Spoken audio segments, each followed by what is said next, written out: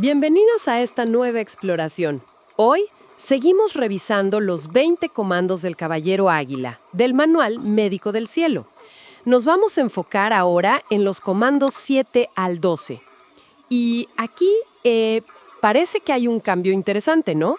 Pasamos de la preparación más interna a la acción energética, a cómo interactuar con la energía tanto del cosmos como de otros. La idea es entender bien estos pasos, cómo proponen que circulemos nuestra energía y luego cómo la manifestemos, como tener una guía práctica, digamos, sacada de estos textos. Exacto. Si los primeros comandos eran más sobre afinar el instrumento, por decirlo así, estos ya son sobre cómo empezar a tocar. Vamos a ver cómo el texto sugiere acumular energía, proyectarla conscientemente, armonizar nuestro campo vital. Y algo que me parece clave, cómo afirmar nuestra identidad espiritual y reconocer esa misma esencia en los demás. Es un paso hacia afuera, sí, hacia la interacción. Suena muy activo, la verdad. Pues, si te parece, entremos de lleno, empezamos con la fase 3, que llaman, de circulación. El comando 7 dice, acumulo, inhalo, recepción cósmica, sí. Ahora, a ver, ¿qué significa eso de recepción cósmica? ¿Es respirar de una forma especial o qué? Más que la forma, en sí yo diría que es la intención detrás de la respiración. La idea central que presenta el texto es que inhalar no es nada más meter aire, o sea, no solo oxígeno, sino que es una oportunidad para abrirse conscientemente y, recibir lo que llama fuerzas cósmicas formativas. Incluso menciona una inteligencia espiritual que asociaba a Miguel, que administraría estas fuerzas. Así que sí, entra oxígeno, claro, pero la propuesta es incorporar también, de forma deliberada, energía vital. Eso que a veces llamamos prana, chi y, sobre todo, cualidades espirituales. Verdad, belleza y bondad, que según esta visión, fluyen constantemente desde un plano espiritual. O sea, respirar se vuelve como un acto de nutrirse conscientemente de cualidades superiores. Suena, potente, ¿no? ¿Y cómo sugiere el texto que uno haga eso? ¿Cómo ponerse en esa disposición al inhalar? Pues mira, la esencia de la práctica es transformar la respiración, que normalmente es automática, en un acto consciente de recibir. Si se sugiere inhalar profundo, pero sintiendo esa vitalidad sutil, ¿sabes? Chance y visualizar una luz dorada entrando por la coronilla que se acumula en el corazón. Y tratar de sentir cualidades asociadas. Calor como vitalidad, amor como bondad, luz como verdad, color como belleza. Esas tres. Hay un detalle interesante. Imaginar que se activan 3 columnas de energía en la columna vertebral, asociadas a estas cualidades. Verdad a la derecha, belleza al centro, bondad a la izquierda. Pero más allá de los detalles específicos, el núcleo es ese. La inhalación como un momento de inspiración, literal, de recibir conscientemente del cosmos. Entendido. No tanto una técnica así súper rígida, sino una intención profunda al respirar. Me gusta esa frase que citan. La inhalación es el momento de la inspiración divina literal. Recibir para luego poder dar. Y eso conecta lógicamente con el siguiente paso, ¿no? El comando 8, movilizo, exhalo. Proyección e irradiación consciente. Sí, ahora. Si inhalar es recibir, entonces exhalar es proyectar. Justo así lo plantea. La exhalación se ve como el momento de la acción, de la manifestación consciente. Lo que recibiste y, metabolizaste en el corazón al inhalar, ahora lo proyectas hacia afuera. Es como si el yo, ya fortalecido, irradiara esas cualidades pero transformadas. El texto lo describe casi como una colaboración con el cosmos. Recibes luz, inteligencia, las procesas y luego las emites. ¿Cómo? Pues a través de tus pensamientos, tus palabras, tus acciones. Es llevar eso espiritual a la vida diaria, pero de forma activa. ¿Y esta proyección, cómo se practica? ¿Es nada más exhalar con intención o...? La clave es la cualidad de esa exhalación. Se sugiere que sea lenta, sintiendo que liberas lo viejo. Sí, pero proyectas lo nuevo, lo que transformaste internamente. Quizás visualizar esa energía expandiéndose desde el corazón como en ondas. Un punto importante es hacerlo sin aferrarse al resultado, ¿sabes? Con ecuanimidad. Habla de mover conscientemente el cuerpo etérico, ese campo de energía vital que nos rodea, con una intención pura, o sea, no egoísta. La idea es volverse un puente vivo entre lo espiritual y lo material. Ya no es ir a un templo afuera, sino que tu propio corazón despierto sea ese lugar de conexión y de servicio. Me gustó esa frase que citan.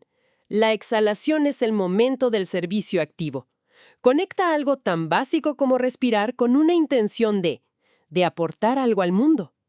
Siguiendo con esta idea del flujo energético, llegamos al comando 9. Círculo del chi, ki, flujo vital armonioso. Esto suena a equilibrar la energía interna. Quizá parecido a lo que dicen otras tradiciones. Sí, exacto. El objetivo es armonizar conscientemente nuestro campo energético, lo que llama el cuerpo etérico. Y sí, menciona como referencia los meridianos y chakras que se conocen en otras disciplinas. El propósito es evitar dos extremos que considera problemáticos. Por un lado, la rigidez, el estancamiento. Usa un término arimánico, que en este contexto parece referirse a una tendencia a la esclerosis, a quedarse atorado en lo material. Y por otro lado, la dispersión, el caos energético, que asocia a lo luciférico, como una falta de centro, ¿sabes? Una especie de inflación sin sustancia. Lo que busca es un flujo libre y equilibrado, como un río sano. Entiendo. Encontrar como el cauce adecuado para la energía vital, ni estancada ni desbordada. ¿Y cómo se fomenta esa circulación armoniosa? La esencia de la práctica es visualizar y sentir un flujo consciente de energía. Proponen trazar mentalmente un círculo de luz alrededor del cuerpo y luego sentir cómo la energía circula, quizás del corazón a las manos, de ahí a los pies, subiendo por la espalda a la cabeza y de vuelta al corazón. La clave es mantener un ritmo constante, una sensación de movimiento fluido. Se dice que esta energía circulante regenera y ayuda a disolver bloqueos con un calor de amor. Implica usar la voluntad para equilibrar donde sientas que hay estancamiento o exceso.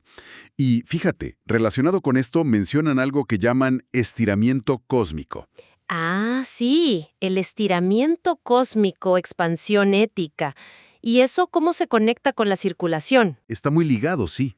Propone que la verdadera expansión de nuestro ser energético no viene de inflar el ego, sino del desarrollo ético. O sea, sugiere que nuestro campo vital crece y se fortalece bajo la influencia directa de las cualidades de verdad, belleza y bondad. Ah, mira. Se practica visualizando estas tres fuerzas actuando sobre uno. La verdad, oro, desde arriba. La belleza, arcoíris, desde el centro. La bondad, rosa, desde el corazón. Y sentir cómo estas fuerzas te estiran energéticamente en todas direcciones, conectándote con lo espiritual, anclándote en lo terrenal y expandiéndote hacia los demás desde el corazón. La idea clave es esa: el crecimiento espiritual genuino es al mismo tiempo crecimiento moral y energético. El verdadero crecimiento espiritual es crecimiento moral. Híjole, esa es una afirmación contundente. Une ética y energía de una forma muy directa. Pasamos ahora al comando 10, que parece tener varias partes. El 10A es camino y apruebo las 4 probaciones. ¿Qué son estas probaciones? Se refiere a lo que describe como 4 grandes pruebas o desafíos del camino espiritual, y las vincula a los elementos y a diferentes aspectos de nuestro ser. Está la prueba de fuego, ligada a la voluntad, al yo, que te reta a mantener tu propósito ante las resistencias. Luego la prueba de luz o aire, ligada al pensar, que pide claridad mental, discernimiento. La prueba de agua, ligada al sentir, que requiere fluidez, adaptabilidad. Y la prueba de tierra, ligada a la acción, al cuerpo físico, que demanda firmeza, manifestación. Son como arquetipos de los desafíos que nos topamos en la vida, ¿no? O sea, como ver los obstáculos como oportunidades para fortalecernos en distintas áreas. ¿Sugiere alguna práctica concreta para esto? Sí, hay un gesto simbólico. Hacer una U con los brazos 4 veces, una por cada prueba o elemento. Y se acompaña de afirmaciones como: afronto las pruebas, con sabiduría, fuego. Los inconvenientes, con amor, agua. Los retos diarios, con fuerza y poder, tierra. Todo, con capacidad consciente, aire, luz.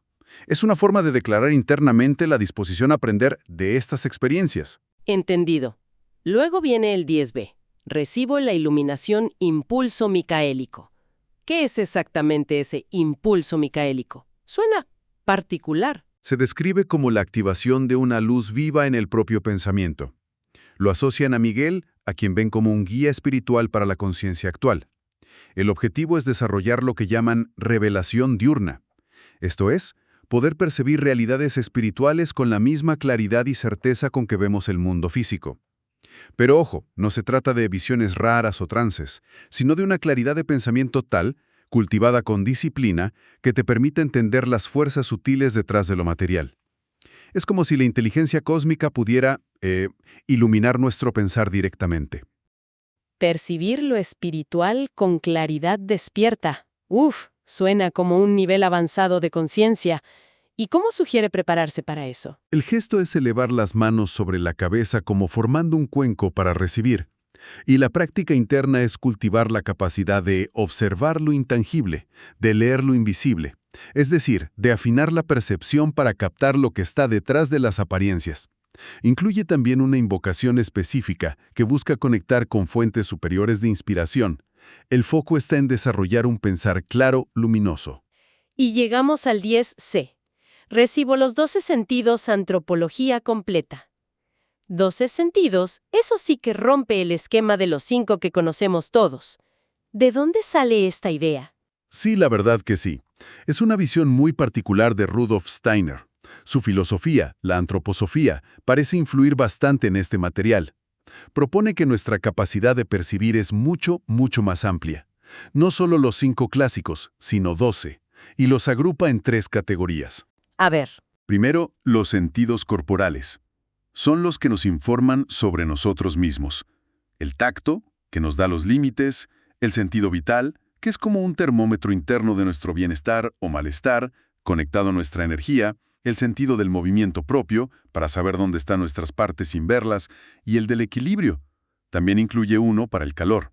El sentido vital. Interesante. Luego están los sentidos intermedios, que conectan nuestro interior con el mundo.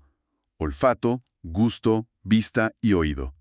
Y aquí sugiere que incluso estos pueden desarrollarse para percibir más sutilmente, como chance y ver aspectos energéticos. Ok. Y quizá lo más llamativo son los sentidos cognitivos o sociales. Estos son para percibir a otros y al pensamiento mismo.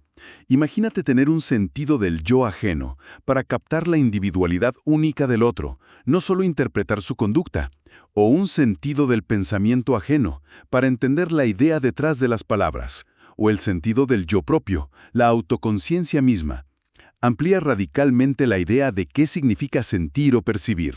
Muchísimo. Definitivamente es una visión expansiva de la percepción. ¿Y cómo se supone que uno active o trabaje con estos 12 sentidos? ¿Hay algo práctico? La propuesta es traerlos a la conciencia activa, por ejemplo, con afirmaciones. Para los corporales, habito conscientemente mi cuerpo. Para los intermedios, percibo el mundo con mis sentidos despiertos. Y para los sociales o cognitivos, me reconozco como ser espiritual y reconozco en el otro esa misma dignidad.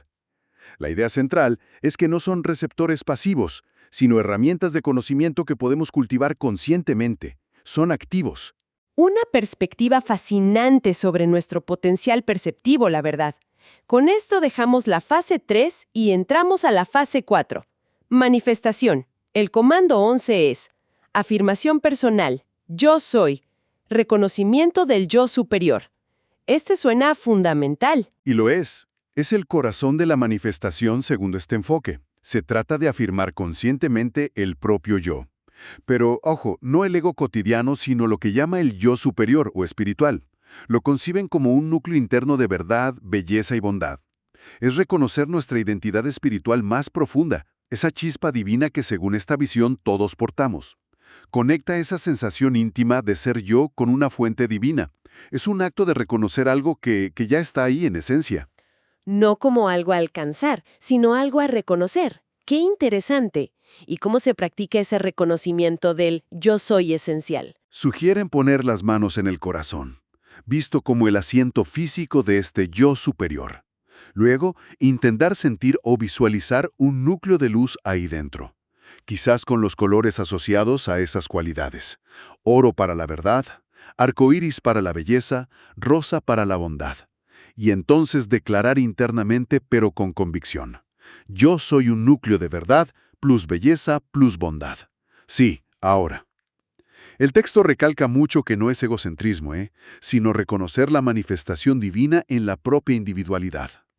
La idea es permanecer un momento en esa certeza, sintiendo que ese es nuestro verdadero ser, más allá de la personalidad temporal. Una perspectiva que le da un giro total a la autoafirmación. Y bueno, si uno reconoce esa chispa divina en sí mismo, el siguiente paso lógico sería, pues, verla en los demás, ¿cierto? Exactamente. Justo a eso nos lleva el comando 12. Reconocimiento del otro, tú eres. Visión espiritual del prójimo. Es la práctica complementaria e indispensable. No puede ir una sin la otra, parece.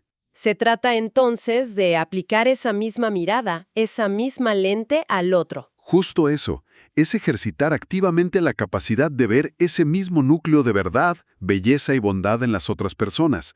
El objetivo es ir más allá de nuestra tendencia al juicio superficial o a la indiferencia que es tan común. Aquí es donde entra en juego ese sentido del yo ajeno que mencionábamos antes, la capacidad de percibir la individualidad espiritual del otro. Se trata de intentar ver el potencial divino en cada persona, incluso si su comportamiento o su apariencia actual como que lo oculta. Ver esa esencia incluso cuando está velada. Eso puede ser un reto enorme, ¿no? Especialmente con personas con las que tenemos conflictos o dificultades. ¿Cómo sugiere el texto practicar este tú eres? La propuesta es visualizar a alguien frente a uno. Puede ser alguien cercano, sí, pero sugieren que es especialmente potente hacerlo con personas con las que tenemos dificultad. Ajá. Luego, extender las manos, física o mentalmente, en un gesto de reconocimiento y declarar desde el corazón, tú eres un núcleo de verdad, plus belleza, plus bondad. Se puede añadir internamente algo como, más allá de las apariencias, reconozco tu esencia luminosa. Invitan a enviar luz dorada de corazón a corazón, intentando ver brillar ese núcleo en el otro, aunque esté temporalmente opacado. Mencionan incluso un trabajo específico con adversarios, aclarando que no es justificar el daño, para nada, sino un acto de percepción profunda que abre la puerta al perdón verdadero. Y hay una frase muy fuerte asociada a este comando. El juicio que hago del otro es el juicio que hago de lo divino en su forma más desafiante. Pues hemos cubierto bastante terreno hoy, ¿eh? Desde darle una intención cósmica a la respiración con los comandos 7 y 8, luego armonizar y expandir éticamente nuestra energía con el comando 9 y el estiramiento cósmico, hasta enfrentar pruebas, buscar iluminación y ampliar nuestros sentidos con todo lo del comando 10. Y culminamos con dos prácticas que parecen centrales para la manifestación según este enfoque. Reconocer profundamente nuestra propia esencia espiritual, el yo soy del comando 11, y extender esa misma mirada para reconocer la divinidad en el otro, el tú eres del comando 12. Aún quedan más comandos en el texto original, que parecen llevar esto a una escala más universal, más cósmica. Pero detenernos aquí, en este par fundamental de reconocimiento propio y ajeno, ya nos deja pensando bastante. Definitivamente. Si estos dos actos, reconocer la chispa divina en uno mismo y en el otro, son tan fundacionales como sugiere este material, La pregunta que queda flotando, ¿no? Es, ¿qué pasaría si intentáramos aplicar esto de forma más consciente en el día a día? ¿Cómo cambiarían nuestras interacciones, nuestras conversaciones, incluso los conflictos si partiéramos de intentar ver activamente ese núcleo de verdad, belleza y bondad en nosotros y en la persona que tenemos enfrente, antes de cualquier otro juicio o reacción? ¿Qué efecto tendría empezar por ahí, incluso antes de pensar en grandes ideales de humanidad o comunidad? Es una invitación a experimentar, ¿no crees? ¿Qué implicaciones tendría realmente cultivar estos estados del yo soy esencial y el tú eres esencial, en medio de la rutina, de las fricciones cotidianas? Es algo interesante para explorar personalmente, sin duda. Bañarnos en este análisis profundo.